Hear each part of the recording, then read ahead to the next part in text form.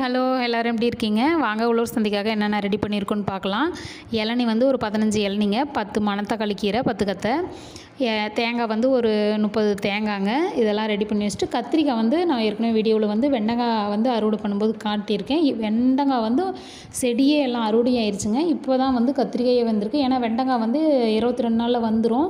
22 நாளில் வந்து 3 மாதத்தில் அறுவடை ஆகிடும். அந்த கத்திரிக்காய் வந்து 3 மாதத்துக்கு அப்புறம் தான் வரும். கத்திரிக்காய் தக்காளிலாம் இப்போ தான் வந்திருக்கு. கத்திரிக்காய் அது வந்து வீட்டு செலவுக்கு தான் வச்சேன். சரி நம்ம வந்து இவ்வளோ காய் நம்ம என்ன பண்ணுறோம் அப்படின்ட்டு ஒரு 4 காய் வீட்டு செலவுக்கு எடுத்து வச்சுக்கிட்டு, தக்காளியும் கொஞ்சம் வீட்டு செலவுக்கு எடுத்து வச்சுக்கிட்டு, நாட்டு தக்காளியும் பச்சை கத்திரிக்காயும் உழவர் சந்தைக்காக கொடுத்து விட்டேங்க.